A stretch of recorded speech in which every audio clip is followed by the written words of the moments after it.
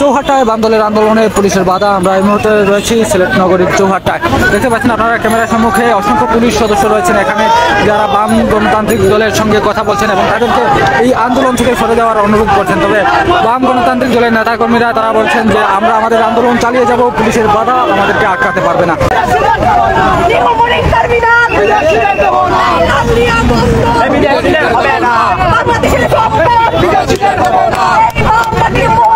বিদেশিদের হবে না, বিদেশিদের হবে না,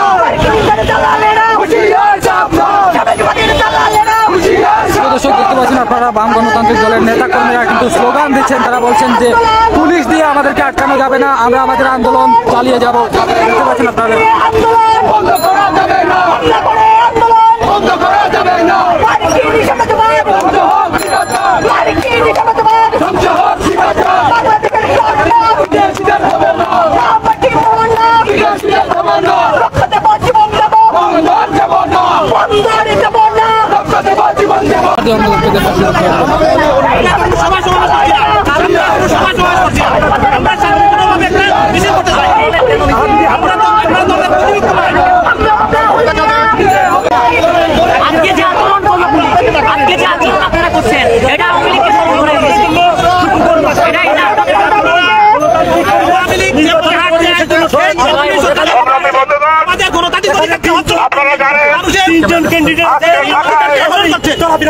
আমাদের তিনজন ঘোষিত ক্যান্ডিডেট এবং বাংলাদেশ জাসদের নেতা কর্মীদের উপর পুলিশে হামলা করে অসংখ্য নেতা কর্মীদেরকে আহত করেছে। আমাদের দাবি ছিল আমাদের রাষ্ট্রীয় সম্পদ, আমাদের জাতির সম্পদ চট্টগ্রাম বন্দরকে অবৈধভাবে বিদেশিদের কাজে লিজ দেওয়া হয়েছে। সেই লিজ বাতিলের দাবিতে আমরা বাঙালি জাতির সম্পদ, দেশের সম্পদ রক্ষা করার জন্য আমরা আন্দোলন করছিলাম। মার্কিন সাম্রাজ্যবাদী চক্র এবং একটি বিশেষ কোম্পানি, যে কোম্পানি বন্দরকে লিজ দিয়েছে, সেই কোম্পানি পৃথিবীর দেশে দেশে যত জায়গায় লিজ দিয়েছে, সেই দেশে যুদ্ধ বিদ্রোহ যারা অশান্তির সৃষ্টি হয়েছে ইতিহাস তার সাক্ষী আছে।